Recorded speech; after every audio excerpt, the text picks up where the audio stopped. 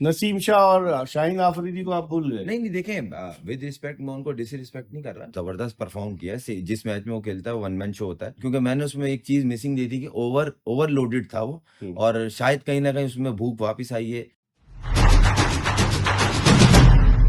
बिस्मिल्लाहिर्रहमानिर्रहीम, अस्सलाम वालेकुम। अपने YouTube चैनल MIB स्पोर्ट्स पर मैं हूं मिर्ज़ा इकबाल बेग। पाकिस्तान में क्रिकेट के मामलात किस नहज पर जा रहे हैं, इसके हवाले से हम बात करेंगे। और उसके अलावा चैम्पियंस ट्रॉफी भी अब तक पाकिस्तान में उस पर भी खदशात के बादल मंडला रहे हैं, क्योंकि भारतीय क्रिकेट बोर्ड लिख कर नहीं दे रहा पाकिस्तान को, एक सिर्फ अंडरस्टैंडिंग है। और पाकिस्तान की टीम का जो दौरा है साउथ अफ्रीका, उसके हवाले से बात करेंगे। हमारे साथ मौजूद है पाकिस्तान के टेस्ट ओपनर खुर्रम मंजूर, इनसे बात करते हैं।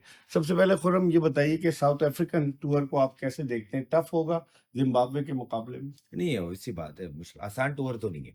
और खासतौर उनकी कंडीशंस में उनको खेलना थोड़ा सा मुश्किल होता है, क्योंकि एक तो बाउंस होता है, फिर बॉल 1 से 1.5 दिन के बाद गेंद कट होना शुरू हो जाता है, जो टोटली बॉलर के सपोर्ट में जाते हैं। यहाँ पे हम बैट्समैनों से ज़्यादा बॉलर से उम्मीद लगाएंगे। कि मैं इसलिए नहीं बोल रहा कि मैं बैट्समैन हूँ, इसलिए कि पाकिस्तान के पास भी ऐसे दो फायरी बॉलर हैं, जिसमें हारिस और हसनैन, जो 150 टच करते हैं, 150 प्लस भी जाते हैं, ये उनको भी डैमेज कर सकते हैं। नसीम शाह और शाहीन आफरीदी को आप भूल गए। नहीं नहीं, देखें, विद रिस्पेक्ट मैं उनको डिसरिस्पेक्ट नहीं कर रहा, मगर ये दो ऐसे बॉलर हैं जो कंसिस्टेंट 150 पे बॉल करते हैं। नसीम शाह का रिदम आना बहुत ज़रूरी है। शाहीन हमारा पुराना, जो जिस तरह उसको स्विंग अंदर आता है बॉल, तो उसका वेपन बहुत ज़रूरी है। मगर दो ये जो बॉल करके आ रहे हैं अभी ऑस्ट्रेलिया में भी, जिस तरह हारिस ने बॉलिंग की है, कमबैक किया है, फिर हसनैन अपना 2-2.5 साल के बाद वापस आए इंजरी के बाद, रिहेबिलिटेशन से, तो बड़ा फ़र्क पड़ रहा है। और उम्मीद करता हूँ कि पाकिस्तान की जो बॉलिंग लाइन है उनको डैमेज करे। देखें, इक्वल आप बॉलिंग पे, हाँ, और अगर आप डोमिनेट वहां होंगे तो वो बॉलिंग ही आपको डोमिनेट करवाएगी। अगर बैट्समैन खेलना है, बहुत अच्छी बात है, क्योंकि दुनिया का हर प्लेयर उधर जाके बैट्समैन स्ट्रगल करता है। वो ऑस्ट्रेलियंस हों, इंग्लैंड के प्लेयर हों, न्यूजीलैंडर हों, पाकिस्तानी इंडियंस, इसलिए क्योंकि हम लोग इस ट्रैक्स पे साल 2 साल में एक सीरीज होती है। अभी श्रीलंका वहाँ स्ट्रगल कर रही है। देखिए ना, अब एशियंस की जो सीरीज होती है वो साल 2 साल के बाद, 3-3 साल के बाद एक सीरीज होती है। आप एक सीरीज की कितनी प्रिपरेशन कर लेंगे?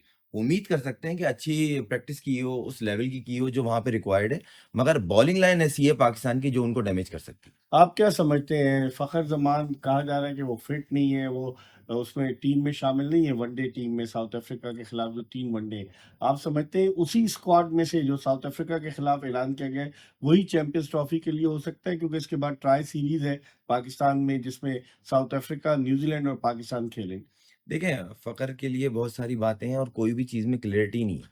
कोई बोल रहा है अनफिट है, कोई बोल रहा है बीमार है, कोई बोल रहा है नहीं उसकी परफ़ॉर्मेंस पे ड्रॉप किया हुआ है। बहुत सारी चीज़ें हैं और कोई भी चीज़ बोर्ड के थ्रू क्लियर नहीं है। तो उस चीज़ के बारे में कोई बात कहना अच्छा नहीं लगेगा। आई होप कि पाकिस्तान के लिए वो एक अच्छा प्रोस्पेक्ट है और ज़बरदस्त परफ़ॉर्म किया है। जिस मैच में वो खेलता है वो वन मैन शो होता है। तो आई होप कि वो फिट हो, अगर वो अनफिट है तो, और पाकिस्तान टीम में आए। और अभी पाकिस्तान टीम को ज़रूरत है उस जैसे प्लेयर की, जिस तरह चेंजिंग्स हो रही हैं। खासतौर T20 और वनडे फॉर्मेट में तो उससे डेंजरस प्लेयर नहीं है कोई। और सबसे अच्छी चीज़ ये है कि उसको नंबर मैटर नहीं करता।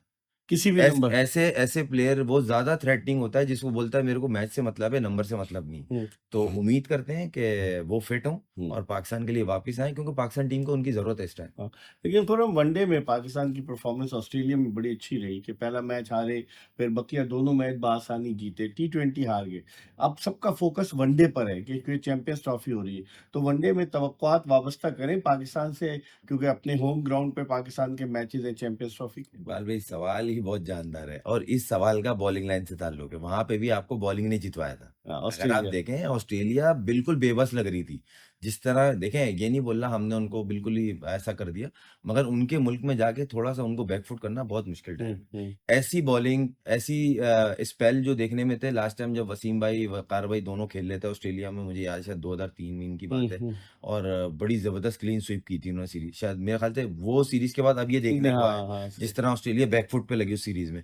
तो उम्मीद करता हूँ कि साउथ अफ्रीका में ये बॉलिंग लाइन पाकिस्तान को साबित करे कि भाई हम कम से कम में आउट करके देंगे, या अगर कम रन भी है तो हम इस रन में जितवा के देंगे। क्योंकि नसीम शाहीन की तो वैसी रेपुटेशन है, हारिस की बड़ी जबरदस्त वापसी हुई है, मैं बड़ा खुश हूँ उससे, क्योंकि मैंने उसमें एक चीज मिसिंग दी थी कि ओवरलोडेड था वो, और शायद कहीं ना कहीं उसमें भूख वापस आई है। अब वो टीम से बाहर निकलने का डर है, या ये लगा कि नहीं यार, हसनैन आया है, शाहीन भी है, नसीम मुकाबला भी है। है, तो मुझे अपनी जगह वापस लेनी है। सही। तो देखें, आप परफॉर्म करते हैं तो देखें, एक आध मैच शायद गुड मुख पे खेल जाए, एक सीरीज खेल जाए, मगर आप परफॉर्म करना पड़ेगा। हाँ। तो चारों ऐसे बॉलर हैं, और जिस तरह तरह की पिचेस है वहां पे, तो मुझे बहुत उम्मीद पाकिस्तान की बॉलिंग से। हाँ। तो थोड़ी भी बेहतर बॉलिंग की तो south African batting line struggle करेगी पाकिस्तान की बॉलिंग के आगे। दूसरी चीज, उस्मान खान को पहले जब सिलेक्ट किया गया था तो एज अ बैट्समैन सेलेक्ट किया गया था। वर्ल्ड कप में जब वो गए थे, रिजवान विकेट कीपर थे, आजम खान विकेट जी। कीपर थे।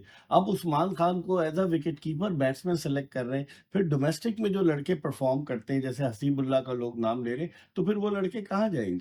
देखें पहले तो वही बात आ जाती है, हम लोग और आप जो बात करते हैं क्लियरिटी। हम्म, आप उस्मान को लेके आप एज ए बैट्समैन लाए थे, हाँ, आपने कहीं भी ये नहीं बोला था हम as a wicket keeper wicket इसको इंडक्ट करेंगे। हाँ। आपने ऑप्शन रखा हुआ था कि तीसरा या चौथा ऑप्शन होगा अगर विकेट कीपर प्लस बैट्समैन। हाँ, तो अब आप उसके बारे में सोच क्या रहे हैं, और मेन चीज ये है कि आपका जो टीम का नया कैप्टन है उसके बारे में उसका क्या थॉट है। अगर वो चाहता है कि मैं नहीं तो ये कैप्टन चाह रहा है कि ये as a wicket keeper batsman खेले, तो एक विजन अलग है। क्योंकि आप हसीबुल्ला पे मुझे लग रहा है ऐसा ट्रस्ट कर नहीं पा रहे, क्योंकि देखें हसीबुल्ला कहीं ना कहीं पीएसएल में इतनी क्रिकेट नहीं खेला हुआ, उस्मान ने ठीक ठाक परफॉर्म किया है और वो लीग में डैमेज करता है टीमों को। तो वो थोड़ा सा उसको ये एज है कि शॉर्टर फॉर्मेट में कि यार ये प्लेयर ऐसा है जिस मैच में खड़ा हो गया तो फायरी रन करता है, तो इसका एज ये है कि कीपर खिला लें। ठीक है। अगर मुझे उसके अलावा तो मुझे कोई और लॉजिक समझ नहीं आ रही। चलें, बहुत बहुत शुक्रिया। खुर्रम मंजूर पाकिस्तान के टेस्ट ओपनर हमसे बात कर रहे थे। देखते रहिए MIB स्पोर्ट्स।